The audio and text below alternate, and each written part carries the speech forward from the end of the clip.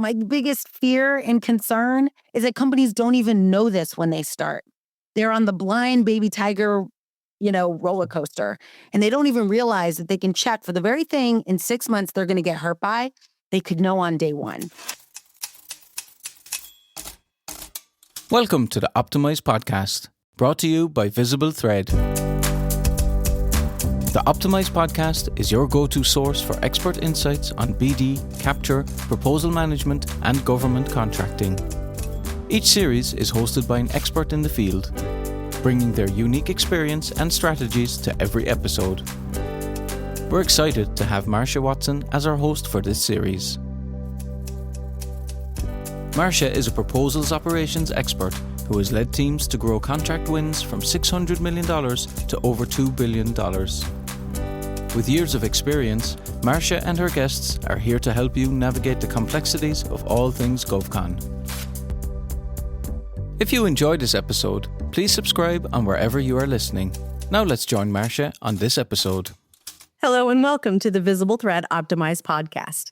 As artificial intelligence takes center stage, the question arises, can machines truly replace human judgment and creativity in the complex realm of federal contracting? Join us in this episode, It Still Requires a Human to Read It, where we explore the intersection of AI and federal contracting. I'm Marcia Watson, CEO of BTW & Company. Our panelists today, Noelle Russell and Fergal McGovern, bring a wealth of experience and expertise to the table.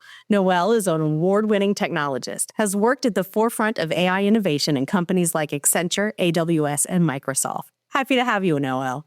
I'm so grateful to be here. Thanks. Absolutely. Fergal is the founder and CEO of VisibleThread. He works closely with VisibleThread's strategic customers to deploy AI. He is passionate about clear communication and the role of humans in the digital age. Welcome, Fergal. Good to see you. Thanks so much, Marcia. Great to be here. Well, let's go ahead and get started because this is going to be an interesting conversation, and I'm really excited for it. So, Noelle, given your diverse experience at companies like Accenture, AWS, and NPR, what was the most surprising or unexpected aspect of working in the AI field? I would probably say maybe how long it took us to get to this point. My first foray into the world of AI, I got an opportunity to join one of Jeff Bezos's earliest teams in the world of AI that was going to eventually make it to production. Lots of times we tried, but it did not go very well. But this one worked out. And this was the Amazon Alexa team. And I was employee 10 on that product. I built over 100 apps. And so I was all in. I'm all excited. But this was 10 years ago. And I would spend the next 10 years on stages all over the world trying to encourage people to start using AI. And it didn't really kick in until, as we both, as we all know, a couple of years ago. But I always say, hey, maybe the world wouldn't be as interested in ChatGPT if they didn't spend the last 8 to 10 years fighting with their Siris and Alexas and Googles along the way. That's probably true. There's a lot to be said in there. So, taking that spin, Fergal, as the founder of a company focused on RFP software and working with 11 of the top 15 government contractors, how have your largest customers approached AI? Yeah, it's a fantastic question, Marcia, and I think it's kind of very variable, and it's somewhat emblematic of what Noelle just talked about. I kind of look at AI almost the dark ages of AI. AI has been around for 40 plus 50 years. I mean, Alan Turing coined the idea in the 40s and 50s. There have been a ton of false starts in AI. Just technology that promised a lot, probably oversold to an extent, but didn't quite deliver the expectation. ChatGPT arrives on the scene November 2022, getting my years mixed up, so 2 years ago, basically, and introduced a certain type of AI basically based on a thing called a transformer model, which effectively originally was invented by Google in 2017, but they kind of let it sit on the shelf, and then OpenAI kind of used this technology to make some really interesting and powerful results, and it really cut through the noise. So that kind of brought almost this unprecedented attention to what quickly became a very hype cycle type thing, which doesn't mean it's all bad. It just means that there was a huge amount of excitement. And then the question is, well, what can it really do? So as we work with enterprises, I think they're at the what can we really do with this thing phase. And the progression from a technology standpoint is phenomenal. So what we're seeing is that the most thoughtful leadership in enterprise, we work a lot with, well, small to medium business, of course, and mid-size and enterprise, but the big enterprises, they are looking to standardize their kind of large language model posture. They're looking to put together the infrastructure or the scaffolding that will allow them provision this internally. They have a huge concern about security and the implication of PII, personally identified information, going into the models. That's a huge concern, irrespective of whether it's valid or not. And most serious kind of companies operating in this space of government contracting already have a pretty good posture when it comes to kind of privacy of data.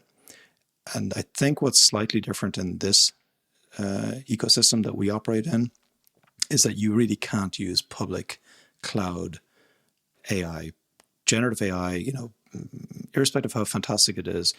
Once you put anything into the public cloud, the alarm bells go off for information security. Enterprise get concerned about that. So the most thoughtful leaders are actually provisioning internally. That would probably move to, internal private clouds. It'll probably move to Amazon provisioning, turnkey approaches for private clouds. But they're controlling their own data. And security is job number one for these guys. So you can't, if you're doing defense and space, or you're in kind of healthcare and HIPAA constraints, or you're in, compliance, financial services type activities, you just can't take the risk. So you can't just kind of willy-nilly whack things into the public cloud and expect that to be okay. It is such a risk. So, Noelle, if you could take that further, because I think I've been very vocal about that, and Fergal, you and I have talked about that. How do you trust that your employees, your folks, your workers are not going to go into that public cloud, because it is such an easy button right now? And how do you put those things out there of yes, but, or no, and, how do you get those things communicated, understanding the risk in, what the implications are of putting, business data into the cloud? 100%. Yeah, I think one of the things that I have witnessed over hundreds of conversations over the last 2 years is CEOs are like, first, they were like, help me understand what we're dealing with here, so that they could just even conceptualize, like, are we going to do this? Are we not? There was a lot of hemming and hawing over whether or not it's a good investment. But now we know, the IDC just recently re-reported a study that they finished at the end of 2023, but now as we close into the end of 2024, have now re-released this study that's confirmed that for every dollar you put into a responsibly built AI system, you can get up to $3 back conservatively. And that there are even some specific use cases where you can get $8 back. Like, that's ridiculous returns. But the key is in, the devil's always in the details, right? How do you ensure that you're building a system that is responsibly built? And that what that means is that, these CEOs would always ask me, how do I make sure I build a system that won't hurt me, won't hurt my customer, that I won't get fired for using, that how do we make sure that these organizations are set up for success as they go on this potentially new journey, certainly away from the research grounds in which a lot of this was started? And the number one thing I tell people is very easy to do is, and it actually kind of builds on top of what you said, Fergal, is the opportunity that we have to just give our employees one instruction, and that is to create a system so that when they're using a generative AI model, they look up into the URL of the browser they're in, and it should say the company's domain name, right? Like, company X GPT, federal X GPT, FHS, like whatever it is, whatever organization, you create an internalized, and that's exactly, I think, what you were saying as well, like sure, an internal version of this. And the benefit of that is that it's a super easy rule and it's very easy to identify, but it also creates a really easy way for an enterprise, an IT organization, to prevent, like you said, it's very tempting to just be like, well, I've got ChatGPT here, right? It creates an opportunity for an IT organization to really focus on building firewall rules that create reminders to organizational employees, hey, that's not where we go for this. The other thing I think, so one, of course, just create an infrastructure that supports internal innovation with these tools that protects your data. And that's I say maybe it's simple, maybe it's not that easy depending on how bureaucratic your organization is in provisioning these internal systems, but it is a simple solution. But the other thing is it's more cultural than it is technology based, right? Like having the tech protected, sure. But one of the things that is most concerning about AI systems is a lack of intention when even building them. And so when your employees use a system, if the leadership doesn't realize that just by using a system, you're training it. Just by talking to a machine, you're training it on how to not only ask questions, but also to create answers. And if you are not really clear on your core values, on what you're trying to use that system for, the model can get confused about what truth is, what harmfulness is, what helpfulness is. And you really have to establish, so protecting yourself and risk, it looks very different in the world of AI. It's not just kind of cybersecurity and compliance risk, it's also organizational clarity. And I think that is going to surprise a lot of enterprises is how clear they need to be as a company about what they want to do and how they want to do it and how clearly they can articulate that to a machine so it can help amplify that work. Yeah. And I look at it in some ways when you're using that information that is fed from your internal system, I almost start to think you're cloning the English language. Right? Especially in building these Gen AI systems, that if the language going in isn't great or the language that you're feeding it isn't great, then your outputs are going to reflect the quality of what you're putting Garbage in, garbage out. That's right. Absolutely. And then, starting with your data to begin with, right? So what, Fergal, can organizations, what steps can they take to ensure that they have the high quality data going into their system to be able to function effectively? Sure. So it's exactly as Noelle says, garbage in, garbage out. Now, it's not all doom and gloom in one sense. If we think about tangible reality when it comes to, people operating in the federal contracting space, they tend to have already kind of folders built out. And mostly it's SharePoint. So SharePoint is the dominant player in this area. They'll have a folder or a system of record for past performance. They'll have a system record for their resumes. They'll have a lot of stuff, and it'll be kind of housed. Now, it may be a little mucky and a little bit not very clean and unhygienic, let's call it, but it's probably not too bad. So what vendors need to do, so there's kind of two elements here. One is, are you going to bake your own? Are you going to build your own stuff? Now, I've met a few companies who've tried that. I'm not sure if this is not an AI question. Most government contractors are not in the business of building software products. It's not their core DNA. It's not something that, and most people tend to underestimate the effort and overestimate the fickleness and the brittleness of those systems. So that's question number one. Are you a product vendor or not? In truth, if your business is to win multi-million-dollar or multi-billion-dollar programs, you're probably not really well suited to be in the product business. So then you're into, well, what products do we think about that will actually work in our organization? And to Noelle's point, everything changes with AI and nothing changes. It's still a people, process, technology question. So it's your people and your process and what steps you can actually adopt to then leverage that data you've got. Back to the garbage in, garbage out question. The technique by which this is working, and just in basic terms, generative AI is powered by an LLM, a large language model. That's evolving fast. There are new techniques around chain of thought type models, particularly with the latest stuff from OpenAI. But simply put, it's basically LLM. The LLM doesn't have any insight into your proprietary data. So you use a technique called RAG, Retrieval Augmented Generation, to link it to that data. And that informs the results. So if I point my RAG-enabled system, which VisibleThread has, that capacity in its VT Writer product, if I point it and I say, well, I want to create a management plan. So create a management plan and base it on this set of documents. It's kind of human scale stuff. Well, yeah, we wrote 5 really good ones there last year. Just base my management plan on those 5. So as long as you're able to choose the 5 or say, use the data that are tagged with this thing, final 1 submission for whatever, then you can inform and you can actually ground the results from the LLM, aka Gen AI, with a more specific response that's much more suitable for your domain. So it's actually, if you break it down, it's LLM combined with RAG, combined with somewhat clean repository stuff, typically in SharePoint.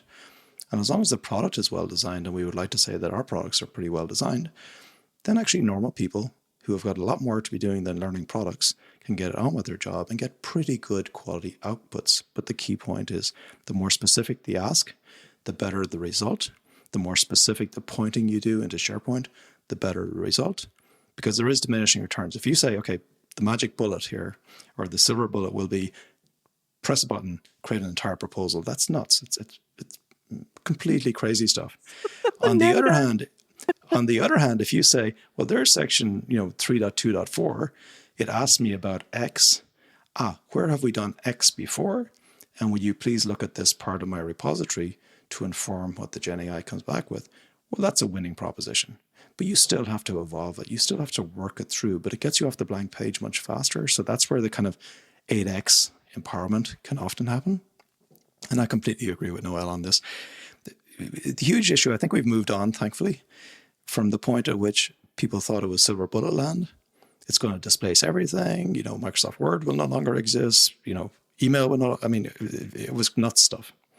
Now we're into much more realism. We're into, yes, it will do certain things and do them really well.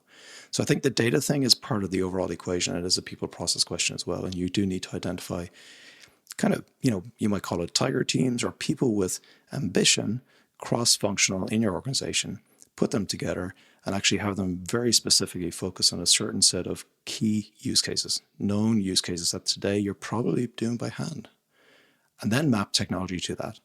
So that's the winning way, at least in my experience with this kind of stuff. That makes a lot of sense. And in that sense, too, looking at that silver bullet philosophy, right? I think you also have to come with a healthy dose of cynicism or, pessimism in some way. And you need to be able to look at, what the AI puts out and examine that self-critical perspective of what the outputs are. So preventing that garbage in, garbage out, Noelle, I'm sure you've seen case study and case study and case study of what happens when AI gets it wrong. But what are you seeing maybe in that sense of how does that disrupt the workplace? How does that lead to issues or when a company is not a software developer and they find themselves kind of doing this DIY, let's see what we can do. What are some of the pitfalls and risks that are preventive or that you've seen, they give folks the idea of maybe let the professionals take control over that? My gosh, it's like I could have asked you to ask me this question and I didn't. So it's really cool because I have to show you how I describe this to people. But basically about, 8 years ago, I was invited to Microsoft because I'd done my magic at Amazon Alexa and got the world knowing what it was. I think we're at 100 million homes. So I felt pretty good about it. And then Microsoft was deciding to launch a bunch of brand new models. And in a very similar way that everyone now is like, ooh, AI models, let's do that. And I actually coined this term. Do you see this little guy? His name's Bruiser. So I started to think about these as little baby tigers. So I got 17 little baby tigers at Microsoft, and they were tiny, cute little models. And this is literally where most companies are today. The listeners are probably oh my gosh, we have a baby model. Where we go and we use a model and we usually will find one little thing that it's good at and be very excited that it can do that thing. And we're hyper focused on that. So for example, even in RFPs, one of the earliest projects that I got to work on was RFPs, just having an RFP read one and give you advice. That's one tiny little thing. But for an organization that never had that insight before, especially based on not only the successful RFPs, but also the worst RFPs that could now inform, right? You writing a better introduction or a better closing or whatever. This insight was huge, but it was also very fractional. It was just a tiny part of the process. Baby Tiger AI kind of represents the stage that we're in when we're building models, and we're very excited about it. It's super cute. Everyone wants to get involved. But no one's really thinking about this tiger in a way that I think about it, which is little tiger, look at your paws. How big are you going to be? Or razor sharp teeth. What will you be eating forever? What data are you going to need, to your point earlier, right?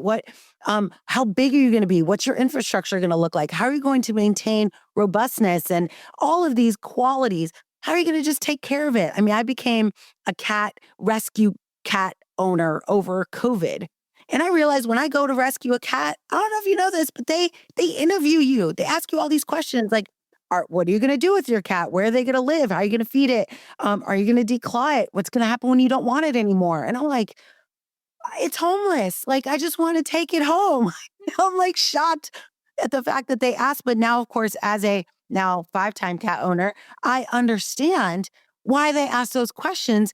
And now I'm shocked as an AI professional that we don't ask the same questions of people adopting an AI model. You should ask these questions. It's kind of like what you were saying earlier about like, first, you need to know why are you using this, but then ask 2 very important questions. One, what's the best thing that could happen? Like, how many homes could we be in? How many people might use this? But then also be courageous enough to ask, what's the worst thing that could happen? Who could get hurt, killed, like, unfair treatment, whatever it is. And the funny or maybe unfortunate part of that is that the people on the team that build the thing are rarely the people who would know how to answer those questions. And that enters this desire and need. I love that you said tiger teams. I was like, I totally love tiger teams. Oh, but I agree. Like tiger teams now, they end up being very different than kind of what we did in the past. They were like SWAT teams that went in and solved a specific problem. Now they're going to be what we call AI red teams. And these tiger teams are formed not just as kind of specialists in the technology problem that we're trying to solve, but now they become business domain specialists. They become people who are representative of our customer, our partner, our ecosystem, other parallel or partnering or sister agencies. Like all these organizations now become required because they're going to know much better than us building the solution, how an end user will be impacted by what we're building. So creating these teams inside your organization. And if you ask people who would like to test a model to make sure it doesn't hurt anyone, you will get lots of people who care about this problem. You don't have to go hire this team, though, of course, you can. But it's better, at least, even if you do outsource your red teaming activity, that you bring in people in the organization who are tightly associated with the problem to actually solve it. So, yeah, I love that. The idea of, everyone is in this world now building these baby models, adopting these models. They don't really understand what's going to happen with them. They like these features we keep getting new features. And I tell people, unless you're actually watching the features that are getting released, you won't even know how fast even the thing you bought is evolving right out from underneath you. Before, we used to get to wait a year or at least 6 months, and there would be like a release date. Like now, we're in iterative releases. So you have to have a team that's going to care about this, watch how the product's evolving, and ensure that the problem you're trying to solve evolves with that technology evolution. And that's an intentional effort. And it's very personal. Like it's a human effort, not a machine one. So I think that's an exciting part of what gives us all job security, right? Like humans aren't going anywhere because someone has to be there to tell the model, this is what's right. This is what's wrong. This is what is good for humanity. This is what's going to hurt people. Like humans will do that work. And I don't see a future anywhere close that's going to replace that. Yeah, I agree. And I think it's important too for the humans to recognize that is their responsibility when working with this tool. So that's going to segue great into the next level of the conversation because I am all about the humans. And so given that AI is predictive and non-deterministic, what types of tasks in government contracts should always remain human-driven? Fergal, I'm going to toss that one to you. Great. So I think like everything, it's kind of when you unpack this a little bit more and get into the weeds of this stuff, you have to look at it from the point of view of the process steps that are typical in this world that we operate in. So what happens when, even Marcia, if you think about what happens when actually a large RFP drops, you'll read the document, you'll start to look for certain elements in the document that may or may not give you pause. You may look, if you're a contracts person, you might look for indemnification clauses, or you might look for conflict of interest clauses. You might look, if you've got a supply chain, you might look for flow down clauses. On the contract side, if you're a proposal person, you'll probably start to begin to itemize all the factors and sub-factors and, section L, section M, section C, all these things. So you're starting to review. Now, AI can completely speed that up, but I'll give you a very simple example, and this is very concrete.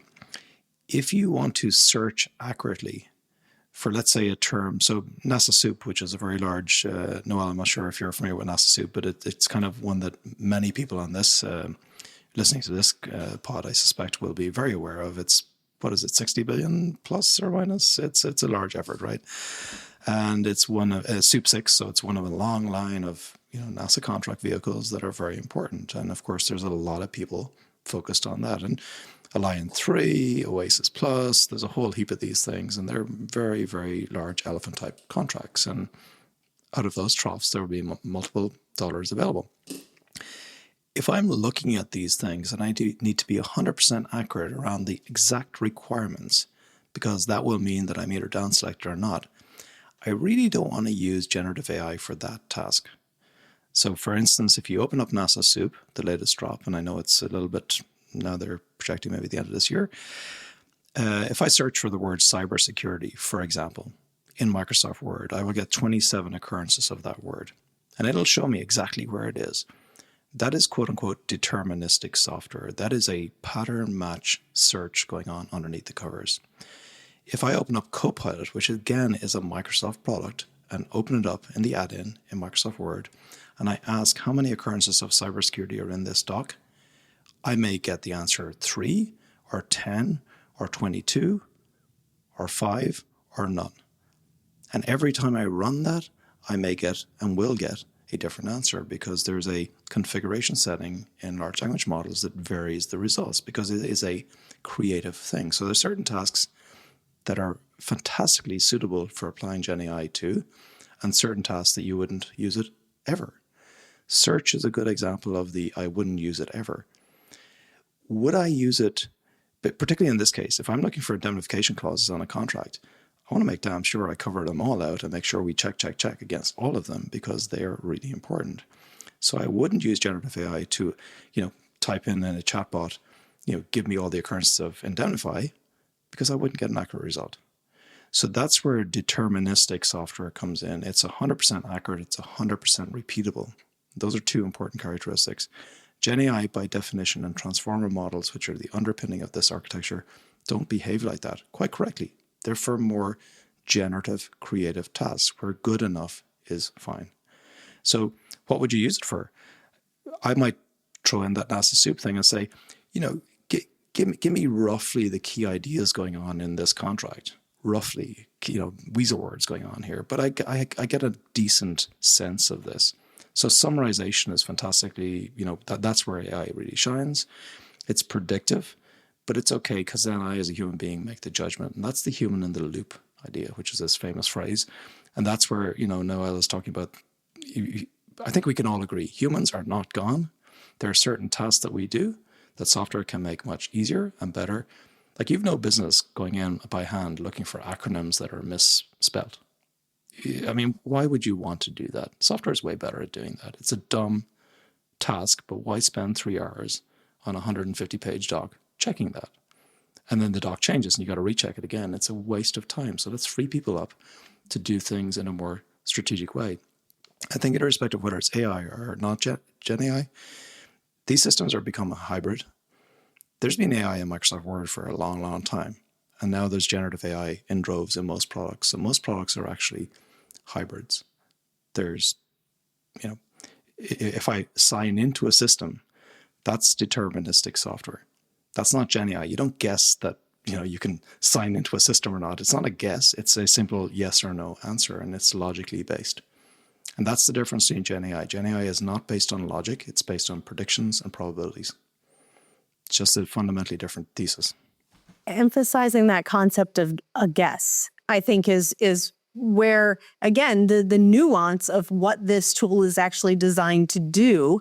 It's not to answer. It is to guess. It is to say, when asked this chain of words, this is the chain of words that most appropriately respond to that question. But is it the right chain of words? Is it the right context? Is it appropriate for the audience you are then giving that chain of words to?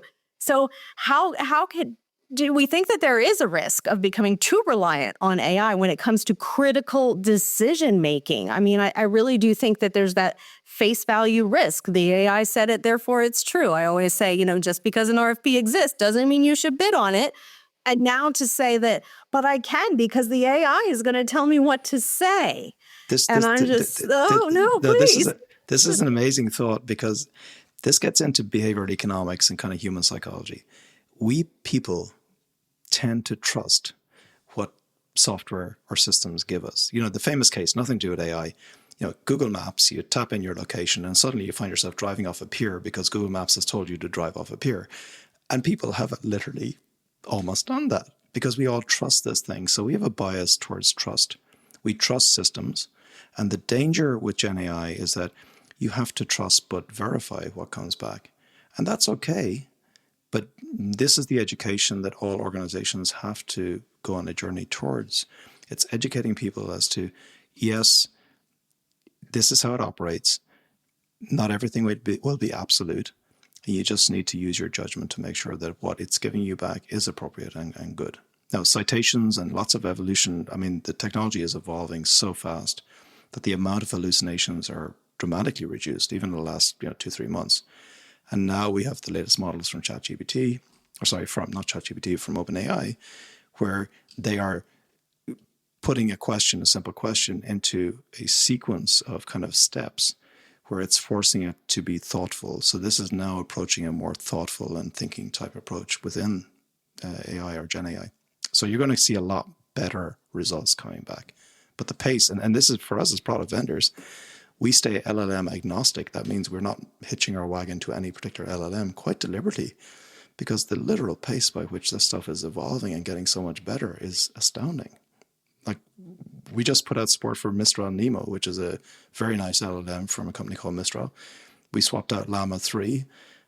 Like, we're switching and swapping in our public cloud because we do have customers using our public cloud. But that's where enterprises will need to, and we're finding it more and more. They're settling into a variety of different large language models, which they will expose. Some are actually building custom wrappers, and they're exposing it to all their kind of internal clients, including products like us. So it's kind of, the evolution is incredible here.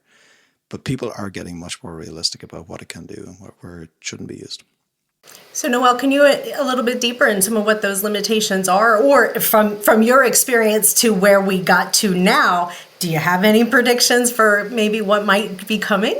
Well, I definitely do, only because I think I've been saying it for a really long time, and we are now closer to doing those things today than we've ever been. But some of the things I think that I have seen an interest really blossom over the last year is in understanding and education. So for years, I would always say I'm feeding vegetables to kids when it comes to building responsible AI solutions. Like, I'd go into an organization and I would have to find that one champion who cared about building systems that were intentional and like were secure and robust and explainable. And as long as I could find that one, I would be able to go in and impact the organization. Now I'm finding that most organizations in general, and thankfully, to your point earlier, I actually do watch the stories. I usually get called into a client after an AI gone wrong situation has occurred, where they were like, "Oh, we didn't think that was going to happen," and they just didn't. They didn't ask the question. So there's a couple things that I've realized in these workshops that we do that are critical to long-term success with AI. And one of them is around accuracy in understanding, like, one thing that I think we've gotten into the habit of in enterprise software is that we buy software and then we just we use it as is. We aren't super like, "Hey, this isn't working. You should fix this." Or we've been taught that even if we do say that, maybe in 6 months it shows up, or maybe it doesn't. There's zero feedback loop. The challenge with AI and challenging that mindset is that it is 100% dependent on a human feedback loop. The quality of your model is like linked directly to the quality of the individuals using your model and providing human feedback. So the concept with LLMs is called, reinforcement learning with human feedback. Models only get better when you provide your users the ability to say, "Oh, that was a good answer," or "No, this wasn't." And in those cases, usually users, like people listening now, would probably be like familiar with this kind of symbol, right? A thumbs up, thumbs down. But that is kind of like the poor man's version, right? Where we're just saying it's black and it's white, it's yes or it's no. And many times we get an answer and we're like, I mean, we've even said it here, like, yeah, it's pretty good.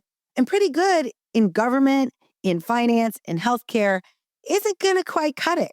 And what I've watched is organizations in their infancy of using these models in baby tiger mode is that they immediately go, oh, well, we can't use it for that. We can't do that because it's not able to get the level of accuracy we need. And what they don't realize is that, to your point earlier, Fergal, it's a hybrid solution. You can use generative AI to create a better interaction with everybody. Everyone would rather talk in human language than machine language.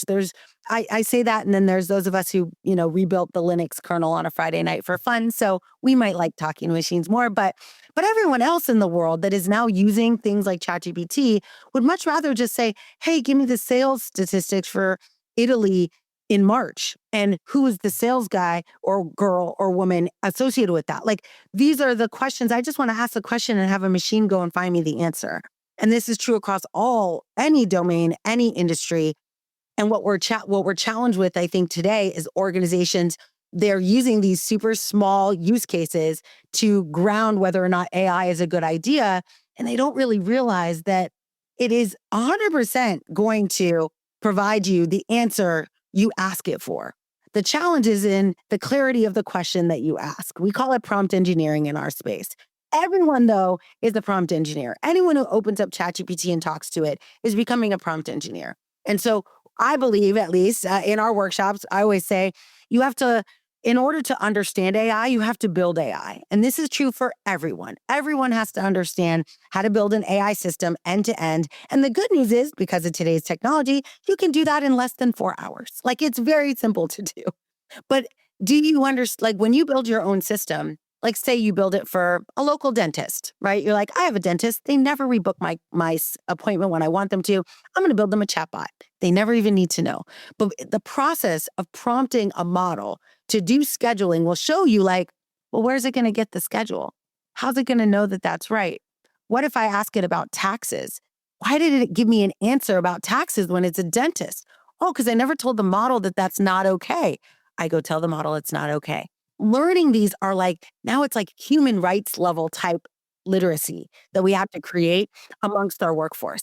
Like, I think you're right, Fergal, the whole leadership of the world, at least of the world's biggest companies, is very well aware of what's possible now. The challenge is that the people that work for those people are not getting the same level of literacy. I'm not in those rooms. I'm in I always say I go from the boardroom to the whiteboard to the keyboard. And most of my conversations over the last 2 years have been in the boardroom, have been in the executive ranks. And I'm trying to encourage, like I said, vegetables to kids. Hey, you have to train your workforce. But the good news is that now, based on the report that came from the IDC that I mentioned, now we can see that in less than 6 months, you can get a 300% or three times ROI. Now I can prove in 6 months that it's worth educating your workforce. Worth it. If you do that, you will get that money back. And so, to just maybe wrap that up in a bow, one of the most important things an organization can do is identify, kind of to the question you asked, Fergal, around tasks. I went into the Metropolitan Museum of Art and got an opportunity to bring 9 data scientists from MIT.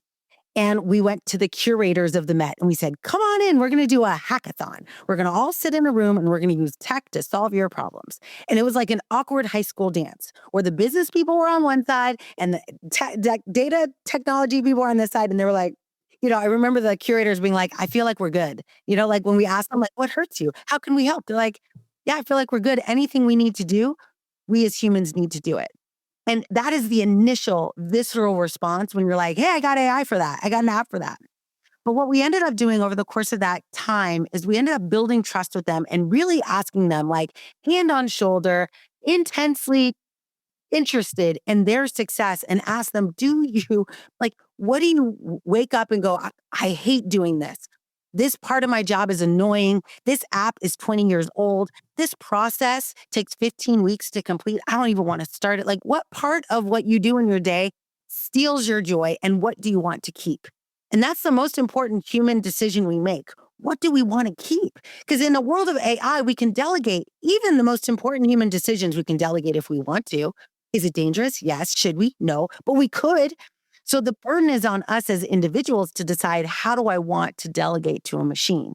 And that task identification, if you do it right, like the workers, the people doing the work are ecstatic to give that work away, right? For example, doing document generation for a lot of these like FDA processes. I think it's a 1,200 page doc you have to submit if you're a life sciences organization and want to submit.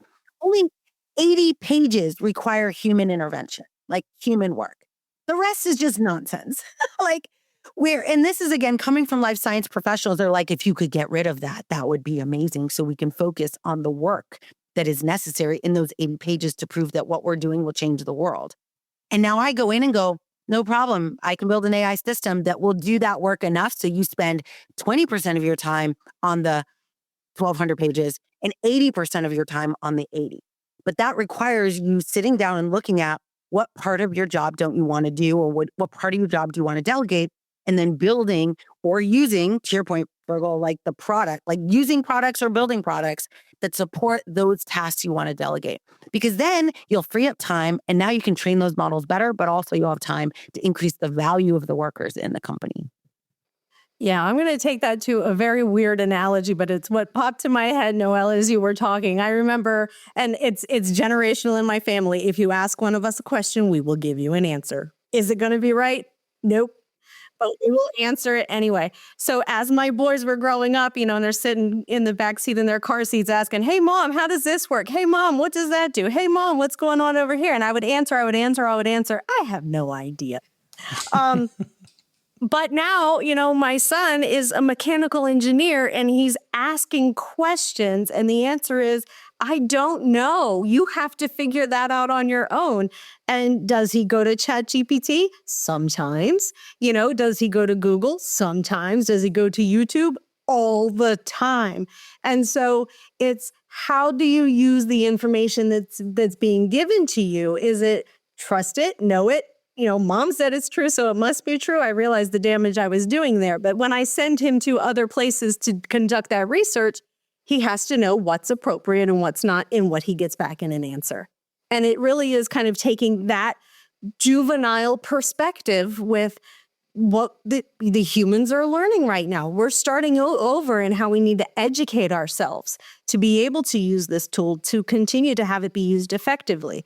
So I'm going to flip the conversation back now so that when the humans are using these tools to create their answers, shortcut the process for sure. What has to stay in the human, area? There's, 80 out of 1,200 pages. That's fantastic. Let's flip it. Now the government gets that document back. How do they know what of those 1,200 pages was the original human thought? How do they know what was automatically generated because of the efficiencies that it gains? And how does it differentiate between this is a standard answer, I know I can accept it, or, I know that this answer needed a great deal of consideration. How do I know that it got it? That's very existential, I think, in some ways. Fergal, where do you kind of see that gray area between what the humans are creating and then submitting for evaluation? Not yet thinking that the government is using AI to evaluate. We're still thinking they're using humans, at least for the next 2-3 months. Oh, no. Anyway, we can talk about it later. Yeah. I'm going to think from a majority. They haven't picked it up yet, but the lag is not far. So I'm going to give a controversial and slightly contrarian answer on this. It doesn't matter. Why the heck does it matter? And I'll give you a simple analogy. If I do a complicated math sum and I use a calculator or pen and paper and I give you the answer and the answer is correct, why would you care whether it's done using a calculator or by hand? So it is impossible. And I think there's a lot of misunderstanding in the world of politicians, particularly around the regulation side of AI. The task order that came out last year had certain, let's call it interestingly strange and brittle tests in it that are already like dark age stuff, particularly around size of models. It's just a naive approach. This is a personal viewpoint, by the way, not an official viewpoint. But it doesn't matter, because the other point that I don't think people understand is that in general, there are some minor exceptions, but in general, it is impossible to detect AI-generated content. Because let's strip it all back to the basic principle by which Gen AI works. I've got a sequence of words. So I always use the example, the dog chased the fill in the blank, right? So the dog chased the cat, or the tiger. In the case of Noelle, we're very big fans of tigers. So maybe the dog is silly and is a puppy and hasn't a clue what it's chasing. Or is it a bird? Or is it a car? Or is it a bus? They're all right, but it just depends. So all it's doing in essence is fundamentally predicting the next word in a sequence of words, or if it's something like a Sora or kind of a graphic stuff, it's the next pixel in a sequence of pixels, which is what, how photos and movies are created. It's pixelization. So how can I possibly detect whether that next word was written by me as a human being using a pen and paper or in a word processor, or created by AI? It is not possible. So watermarking, which was an idea in the task order, was, again, the task order I'm referring to was about late 2023. And Noelle, I'd be curious if you have a similar view. I'm not sure, maybe I'm being controversial here, but it's just silly. It's just not technically feasible. So in some ways, yes, I know that NASA Soup are saying, did you use AI? And you know what the stock response I would suggest that people do? Yes, we used AI for certain activities, namely editing content, tightening up content. If you've ever used Microsoft Spell Check or any of the Microsoft, like literally, if you're in a product, you're going to have to check that box. You are like using any AI. Product. And then we could get into an esoteric debate about whether it's old style AI or a different type of model in AI. There are 20 plus different types of AI. And then you're just on a losing battle. So you just put in a stock. We were responding ourselves to an RFP, and we put in the stock disclaimer. We used AI for certain activities, including editing and simplification of content, including initial first draft creation. Done. It doesn't matter. The government, on the other hand, should start and is already starting to use AI themselves in initiatives. Now, again, the government in various ways wouldn't be known for its innovation, but in certain parts is highly innovative. So that for sure is going to happen. There's going to be a down selection, or there will be parts of the down selection process and parts of the ultimate selection process which will leverage and lean on AI to inform, just like we're informed on the sell side, they will be informed on the buy side. That, make no doubt or make no bones about it, is definitely happening. But it is definitely happening. As long as we're all more like, if I submit an RFP as a response and it has statements in there, if I can't deliver on those statements, that's my fiduciary duty. That's my operational imperative. Like if I say I'm going to land a person to Mars in under 2 years, and it was either written or generated by AI, I still have got to freaking well land the person to Mars in 2 years. You get them on the space station, but can you get them all? Yeah, exactly. Well, let's not go there. The RFP needs to be very clear about it. Although I believe Elon is now to the rescue, so we're all good. Of course he is. Different topic. Let's not go that direction either. In any case, but that's not getting into commercial contrarian. Space travel on this. Correct. But let's get back to I'm kind of curious. Noelle, would you agree with that? I'm kind of curious of your view on that. I'm not sure I was very happy to hear you say that, because I was like, I wonder what he's going to say. But yeah, 100%. Like when you made that kind of proposition of like, if the government spends any time at all on what it should do is enlighten them that 80% of their process is not usable. It's not useful use of human time. That's what it should do. Because these pages, like many of these pages, require 0 changes over time. Like every time you submit an RFP, there's pages that never change. And those pages you should evaluate, like, why are you submitting those in PDF format? Oh, right. Or even physical paper format? Like, it doesn't make sense to me. So it's really more of a trigger to organizations. But yeah, I 100% agree that I don't think it matters at all. And in a world where what it reminds me of, especially because Instagram does it too, is how little organizations understand about what the letters AI means. Because when you say AI, I'm like, we've been using AI for a very long decades. Many of us at least 10 years to do all sorts of things. I mean, every time we have a conversation and Instagram pops up ads based on a conversation we had, like that is not a human doing anything. That's an algorithmic response. And it's been happening. So yeah, I think it's weird if organizations like, did you use AI for this? I'm like, well, what part, which one? Was it in a product I owned? Did I have control over that? it becomes a very slippery slope. So yeah, I don't think it's a really great question. I think it might be good to have in every contract, how was AI used in the creation of this RFP, which is what you're doing proactively, right, Fergal? But I think having that checkbox, it actually is unfortunate because the people that have a very good idea will now be intimidated by that. It almost is like AI shaming in the form of responses. So people will be like, well, why do you want to know? If you want to know, maybe we shouldn't do that. And now they will be at a significant disadvantage. And then it becomes an ethical choice. Do you check that box or not check that box, knowing very well everyone is using AI? If you're using Word or Google to write your documents, you're using Adobe, they all have AI embedded. You can't get away from it. So asking, I mean, I don't know, is it more about like an ethical check on like, are you going to say yes? Because we know you are. I don't know. I don't understand why we would ask that question. Yeah, I think it's a misunderstanding of the asker about what they really want in an answer. So I think it's really good advice to provide a disclaimer on everything that you do on the use of AI. And this goes to maybe what you're going to talk about with ethics. One of the pillars of ethical and responsible development is to be transparent, not only in your use, but in how you build, both as a consumer and a producer, being always transparent about how AI is being used. And it helps in two ways. One, it allows everyone to realize using AI is okay. Like it normalizes the use of AI instead of being like, I secretly use ChatGPT to build this thing. He. Like I see so many companies doing that. I'm like, normalize it because bad things happen in the dark. Like, don't put it in the dark, put it in the light. But the other thing, of course, is that being transparent allows an organization to choose appropriately whether or not they want to use the AI that you're talking about or leveraging. It gives everyone the ability to make a conscious, intelligent decision about transacting. And right now, I don't feel like we're being that open about it, which is odd, especially because the model where many of us are using is called open AI, like anyway. Right.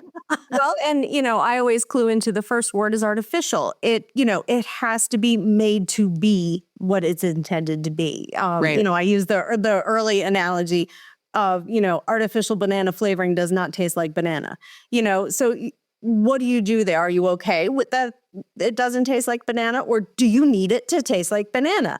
And so again, sounds weird after I say banana 7 times, but it's how does the human use their own brain to determine if what they're doing is appropriate? Then is it accurate? And then is it ethical? And I tie it to, again, government contractors. We like the shortcuts. We like the easy buttons. This is nothing that gets done quickly or without a great deal of thought. I am all for getting through the administrative activities, the acronym checker. Those are things that we have been using that technology for a very long time. And obviously VisibleThread was one of the first to just make that job easy. Thank you so very much. But from there, talking about how do I build a weapon system, I'm going to ask AI. Nope, you should probably already know that if that's the question you plan on answering, so that you can know whether that AI answer is accurate, truthful, and ethical.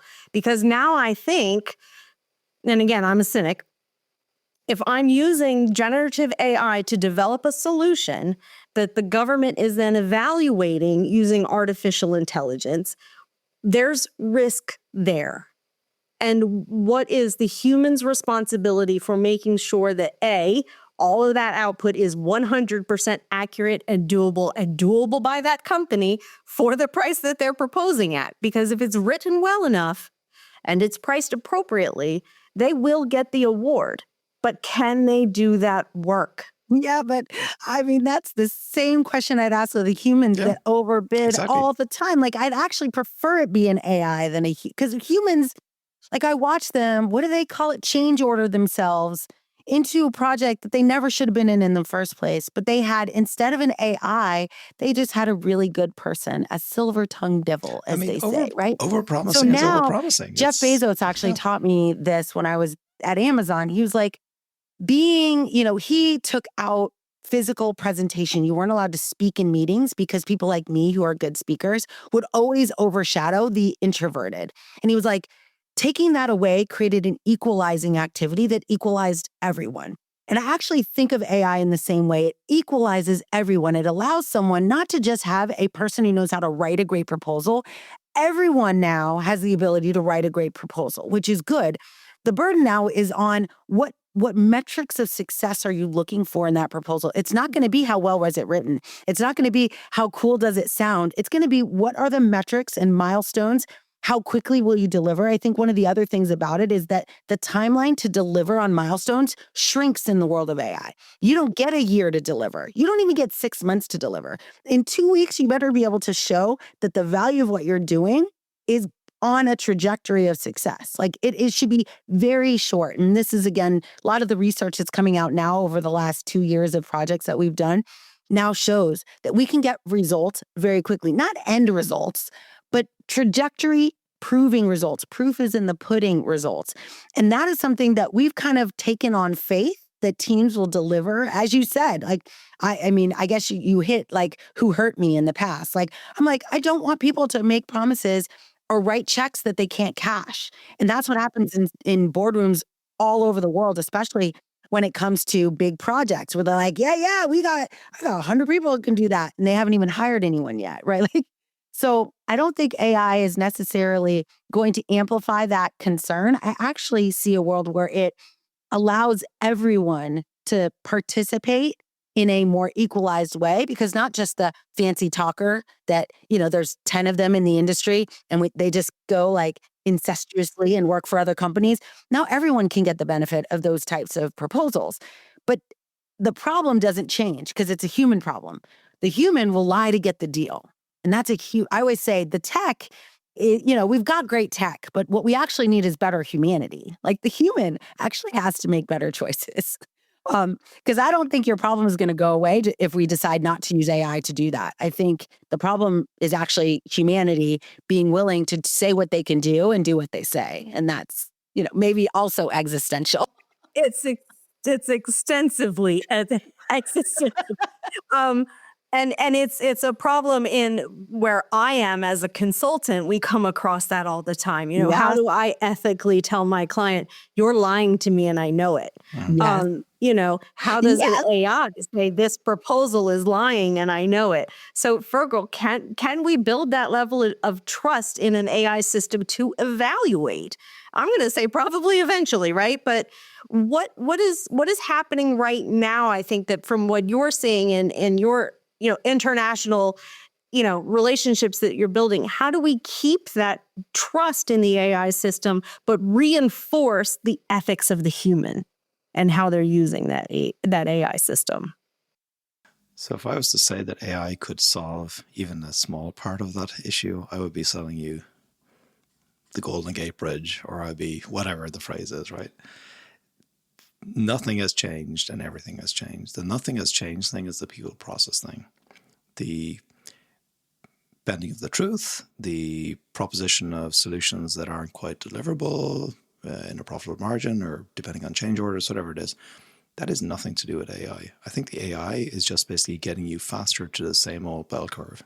By that I mean, if it used to take us 2 months to produce a proposal, and now with the benefit of AI, it takes us 2 weeks, in general, with the same people involved in either case, you're going to likely get the same level of crap or good. So you get faster to the point, but fundamentally it's a bell curve, and people will realign to approximately the same position on the bell curve that they were pre-AI. This is a slightly depressing point, but it is the point. That's why right now you'll see a lot of, let's say AI consultants or whatever saying, look, if you don't use it, you're going to be out of a job, quote unquote. Now that's an overstatement for sure. But if you don't start to use it, you will certainly not be as efficient as your neighbor who is using it. But if they were slightly of dubious character and lacked moral fiber before, they're going to be of the same after. AI will make no difference one way or the other. All it's doing, like any technology, is that it's actually helping you get two things, either more efficient or better quality outcomes. That's it.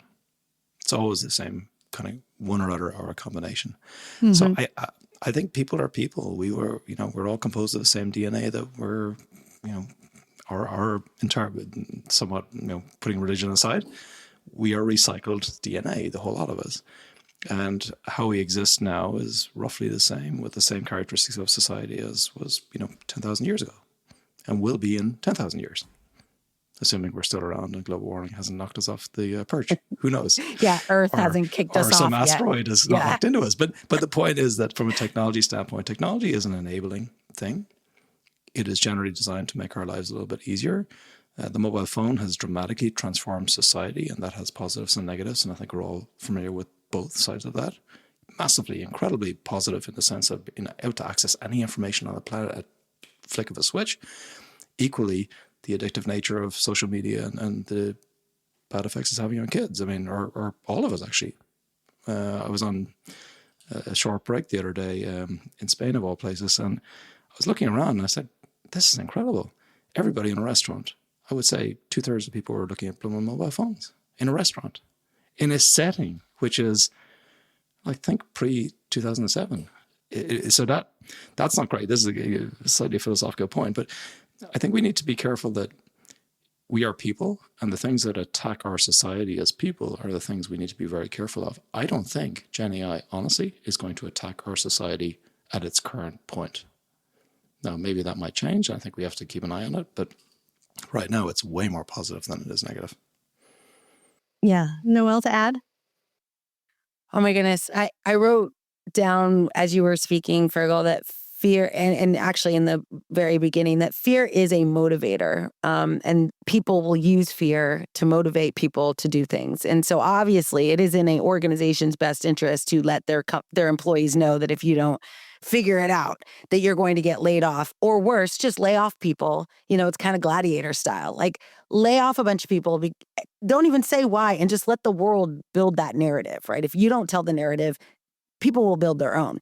What I always like to remind people of is kind of the story of Blockbuster and Netflix, right? Like, right now you have a choice. You can be Blockbuster, you can be Netflix, and we know how it ends. Like, how it ends. It's not that those people were all of a sudden laid off. Like, it was a path that was chosen intentionally. And that's okay. You can totally, I talk to people that are entering retirement, and they're in tech, right? They're like tech mindful. And they're like, well, do I do this again? Do I go learn again? Do I start the cycle again? Like, I really thought I was going to just go off into the sunset and enjoy my retirement.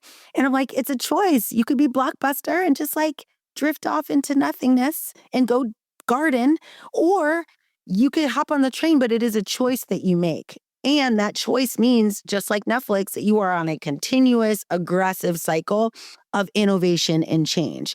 And now it's faster than it's ever been before. But it's a conscious choice every organization has to make. And I find that especially in the government, whenever I go and talk to a government organization, they will always pre-deliver to me their narrative of, we're laggards and we're always the last and we don't ever do things first and we're blah, blah, blah. Like, you all probably know.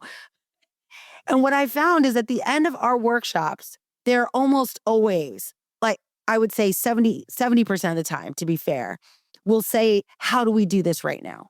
To shock everyone else on the leader of that organization, we're like, how do we do this right now? Because I do think that there's a change in leadership that has been gratefully awaited, that leaders are realizing that we have stories like Netflix and Blockbuster. We have stories like Borders and Kodak, where the leadership was literally the deciding factor between living or dying.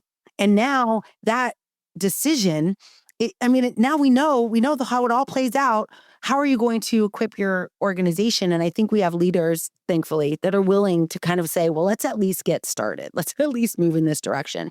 But I do think we all need to be very aware of the fact that the fear narrative isn't a reality for most companies. Most companies are seeing AI implemented in their organization, generating the most prosperous cycles in their company than it's ever seen before, meaning that the percentage of ROI that they can achieve is achieved in a smaller amount of time than ever before in their organization. It isn't easy. It doesn't come lightly. You have to build responsibly. One of the biggest things, so I recently wrote a book with Wiley called Scaling Responsible AI from Enthusiasm to Execution. And it's all about how we all are baby tigers. You'll see there's a tiger on the cover. Like, baby tigers, we're all like, oh my gosh, it's exciting. But when you go to like execute, put it into production, there are just basics that people aren't thinking about. And I know Fergal's team thinks about this all the time, but how are you going to measure the success of your AI systems, whether you're a consumer, meaning you observe it in a product, or you're building products? And so as maybe just things to think about, there is AI for that. Like a lot of people are like, oh, I don't want to use AI to check AI.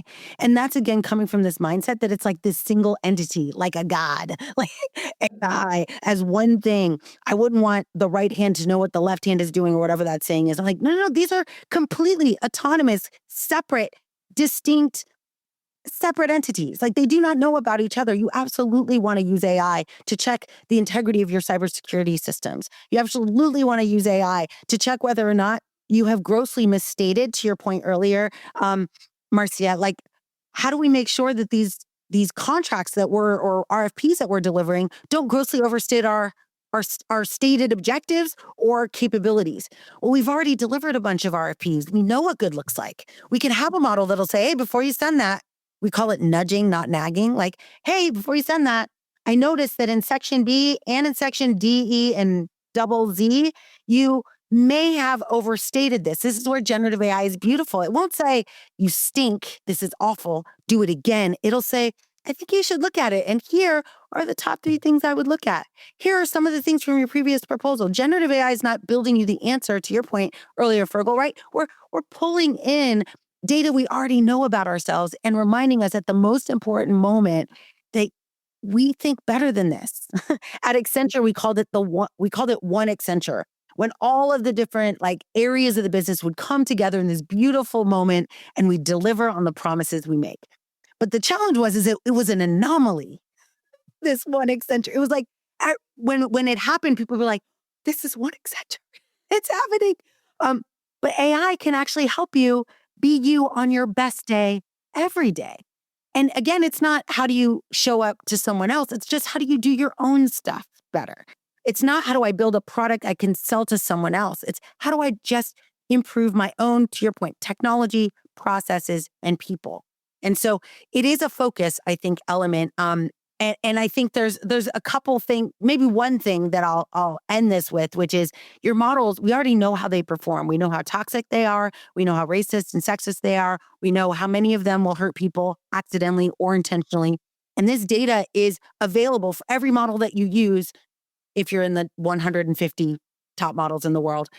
And that data is available at Stanford and at MIT. They've done benchmarks.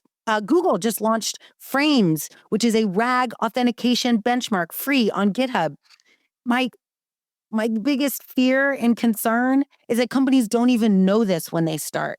They're on the blind baby tiger, roller coaster, and they don't even realize that they can check for the very thing in 6 months they're going to get hurt by, they could know on day one. And so that's why I think partnering with organizations that are, that know about this, that understand this, that can guide you on the questions to ask on day one, instead of waiting to day 2 in production and be an AI gone wrong story. I really think that, that's why I think both Fergal and I are so passionate about talking about this, because, like a lot of people say they know AI right now. Very few people have actually built it and launched it in production. And I think, we represent part of that select few. Learn from the experience of those who have experienced build on the shoulders it. of giants. Exactly. And I love that. I love that you brought it back to being optimistic, Noelle, and that you brought it back to the responsibility of the enterprise to know what they have and what they can offer with it, and to gut that check themselves, to sanity check, to ethics check, and to teach within their organization what is and is not appropriate. So Fergal, I'll just spin that over to you, because I think Noelle put a big bow on this conversation, but sprinkle some glitter on it, Fergal. How do you see that in government contracting? Where's your optimism? Take us out. I am very optimistic, but I'm equally realistic. And I think it's going to come back, and always does. This is the nothing changes bit. It's a people question. So, silos of people, teams not collaborating very well, silos of information. That's, Noelle described the one Accenture approach. That kind of almost, it's a cloudy day and a little bit of a ray of sunshine comes into a very large organization who's not used to that amazing enabling capability. It's just, when you see this stuff, now it's easy for me. I have a relatively small organization, so I can make things happen either by diktat or by benign dictatorship is how I characterize it. Yeah. But, you know, by encouraging people, gently, cajoling, stick card, all that kind of stuff.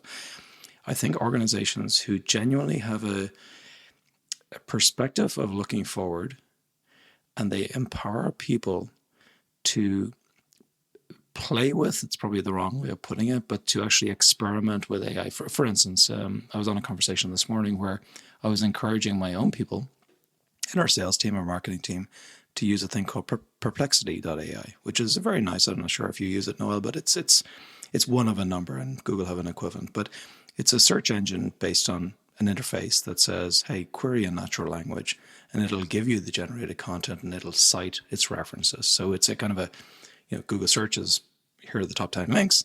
Here's my answer, and I based it on this, this, and this. So this idea of, you know, RAG, which I talked about earlier. But what is AI really good for in the concrete world of this area? So it's great for situations where you don't need exact answers. So an exact answer would be, you know, do an intro describing my company's capacity and capability to actually win this piece of work. Okay, that's an intro exec summary type stuff. AI is phenomenal at getting you off the blank page for that. It's great at simplifying content. It's great at research, you know, public domain research. Here's something in the public domain. Therefore, this is the one exception to the thou shalt not use public LLMs. When something is in the public domain already, there's very limited risk in that context. But again, it requires some thoughtfulness. It is not good and will never be good, very good, well, in my opinion, at 100% accurate, 100% repeatable challenges, of which there are many in life. And we talked about this earlier. So we just need to be a little bit conscious of that dividing line. I think if you start, and this is where we're seeing success, if you start with the challenges, and Noelle mentioned it earlier, what are the really painful things that I do day in, day out? What are the time-consuming things? Because if you actually take that perspective, what takes me a lot of time, can I now apply AI to that and get relatively go-ahead, relatively bright people to look at that problem in your organization? Not the most senior people. It's not a pecking order question. It's the question of who has capacity and ability to go off, be empowered, to put a finite time frame. Okay, spend the next week and actually come back. And of course, fit it between day-to-day activities, but you know, good, ambitious people will do that. They'll always make it work. I think that's a really winning strategy. We do it a lot in VisibleThread. We empower people, or at least I like to think we do. We have innovation weeks. And what I'm doing more and more is cross-pollinating between various, you know, sales, marketing, collaborating with CS, collaborating with engineering, which we probably, pre-COVID, we were more siloed structurally than we are now. And we're now 100% remote. So it's easier in ways to do this. Still requires FaceTime, but just that kind of idea of collaborating. So if I'm in, you know, our customer's space and I'm a leader there, even at a mid-level, it doesn't really matter. I would basically empower people to spend a finite time box it, and see what you get at the end of the week. Just see what you get. If you get nothing, no problem. That's okay. That's truly what's called agile. That agile comes from that perspective of, you know, it's scope, it's effort, and it's time. But if you time box something, then you get what you get at the end of that week or 2 week sprint, which is quote unquote agile approach. That is a great technique. If you're trying to fix a sales issue, if you're trying to fix some issue in terms of how you do competitive analysis, put a time box on it, put smart people, empower them to go play with things and see what you get at the end of that 2 weeks. It's a really, really effective technique if people are open to doing it. That's my degree of optimism. Is that optimistic? I'm not sure. I think that's fantastic advice, is give the people the opportunity to take it where they need it to go for them, rather than say, here's a product, figure out how to use it. Figure out how to use it in a context that makes it easier, makes your job better, makes you more successful. That then helps, I think, the next person in line to be better at their job as well. And the distinction, and we occasionally will meet a customer or two, no names, but where they have a very hierarchical approach to leadership and everything is kind of top down, it's dictatorial. That organization, honestly, if you're working in that organization, I would encourage you to maybe evaluate some other options if possible. But that approach that I'm espousing will not work in that organization structure. It will work in a more creative structure. It's kind of like, you know, leadership, get out of the way, empower people to do things and to actually figure stuff out. That's the best form of leadership in my view. That's fantastic. Well, we'll go ahead and wrap it up. We're at time for this episode, but a lot of this conversation actually springs back to the episode 2. So I definitely think there's some correlation between the theming that we're doing in the Optimized podcast this year. And I'm happy to see that, because as a practitioner and as a technician, both at the same time, it's important to be able to understand not just the human element, the technical element, but how that creates kind of the culture of the workplace, and bringing all those things together so that the positivity remains, the optimism stays in place, but it's sprinkled with a heavy dose of pragmatism. Just make sure you're doing it the right way, at the right time and for the right reason. So I appreciate both of your perspectives on that, and I'll go ahead and wrap it up. In a world increasingly driven by artificial intelligence, the question remains, can AI truly replace the human touch in critical tasks of federal contracting? As we've explored in this episode, while AI offers significant advantages in terms of efficiency and analysis, it's essential to recognize its limitations and the irreplaceable value of human judgment. Stay updated on the latest developments in AI and in federal contracting. Be sure to subscribe and watch the Optimized podcast, and we'll continue to bring you insightful discussions and expert perspectives on these important topics. Fergal and Noelle, thank you so much for an enjoyable topic and conversation today. I really appreciate you. It was great. Thank you. It was so fun. Thanks so much, Marsha. Take care. And that wraps up this episode of the Optimized podcast. A big shout out to our amazing host, Marsha Watson, and our guests, Noelle Russell and Fergal McGovern. You can connect with Noelle and Fergal in the links in the description. Optimize is brought to you by VisibleThread, the RFP software for analysing solicitations and contracts, and for creating and editing proposals. VisibleThread is used by 11 of the top 15 US government contractors. For more information, visit VisibleThread.com. If you enjoyed today's episode, please subscribe, rate, and review us wherever you are listening.